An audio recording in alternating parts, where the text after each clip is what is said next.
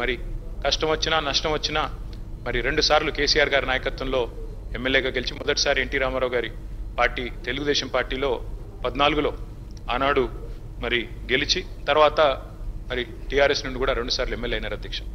ముఖ్యమంత్రి గారు చెప్పినట్టు హ్యాట్రిక్ కొట్టడం ఎమ్మెల్యేలకు అంత సులువు కాదు అధ్యక్ష.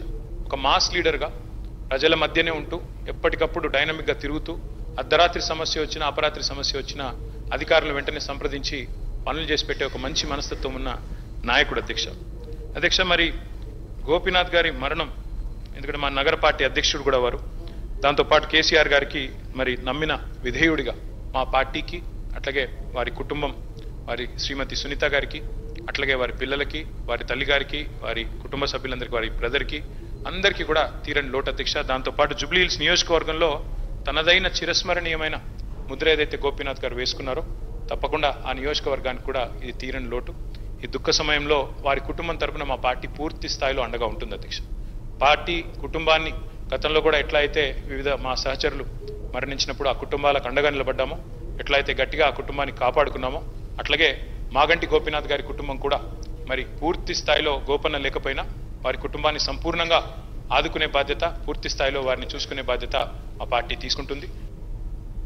మనలో ఒకటిగా ముఖ్యంగా నాతో 83 నుంచి వివిధ రాజకీయాల్లో హైదరాబాద్ నగరంలో చెప్పుకోదగ్గ వ్యక్తిగా పూజ్యులు ఎన్టీఆర్ దగ్గర నుంచి నేటి దాకా ఒక ప్రత్యేక ముద్రని హైదరాబాద్ నగరానికి అందించినటువంటి మిత్రుడు గోపీనాథ్ అకాల మరణం మనందరినీ బాధిస్తుంది. సిట్టింగ్ సభ్యుడిగా చనిపోవటం అత్యంత బాధాకరం. అయినా సరే కాలం మన చేతిలో లేదు.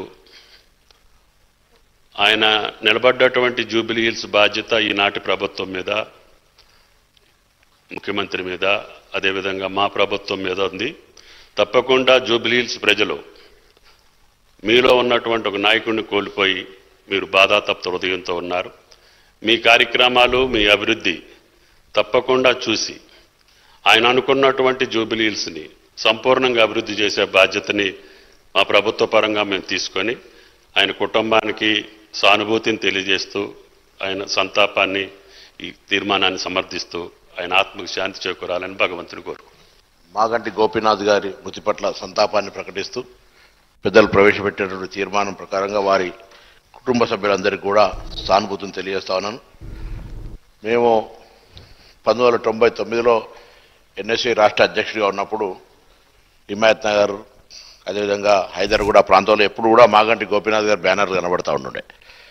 సో ఎప్పుడు ఆ విధంగా రాజకీయాల్లో ఉంటూ మేము ఎన్ఎస్సీ రాష్ట్ర అధ్యక్షుడిగా ఉంటే ఆ సందర్భంలో పరస్పరంగా ఆర్గనైజేషన్స్ డిఫరెంట్ అయినా కూడా కాంపిటేటివ్ స్పిరిట్లా వారితో వివిధ కార్యక్రమాల సందర్భంగా కలిసేటువంటి అవకాశం ఉండే. తిరిగి మళ్ళీ కాంగ్రెస్ ప్రజాపాలన ప్రభుత్వం ఏర్పడ్డ తర్వాత హైదరాబాద్ ఇన్ఛార్జి మంత్రిగా, జూబ్లీ హిల్స్ శాసనసభ్యుడిగా వారితో అనేక సందర్భాల్లో కలిసి వివిధ కార్యక్రమాల లోపల చర్చించేటువంటి అవకాశం వచ్చింది.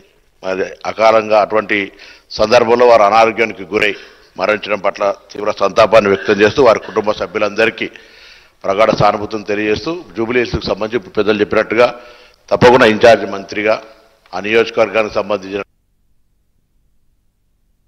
కొంత లేని లోటును తీర్చే ప్రయత్నం చేస్తున్నాం. భవిష్యత్తులో కూడా మా బాధ్యతగా జూబ్లీకి సంబంధించిన ప్రజల సమస్యలు పరిష్కరించడానికి ఇన్ఛార్జి మంత్రిగా ప్రభుత్వం పక్షాన అన్ని రకాల ఉంటామని తెలియజేస్తూ వారికి, వారి కుటుంబ సభ్యులకు, వారి ఆత్మకు శాంతి చేకూరాలని, వారి కుటుంబ సభ్యులకు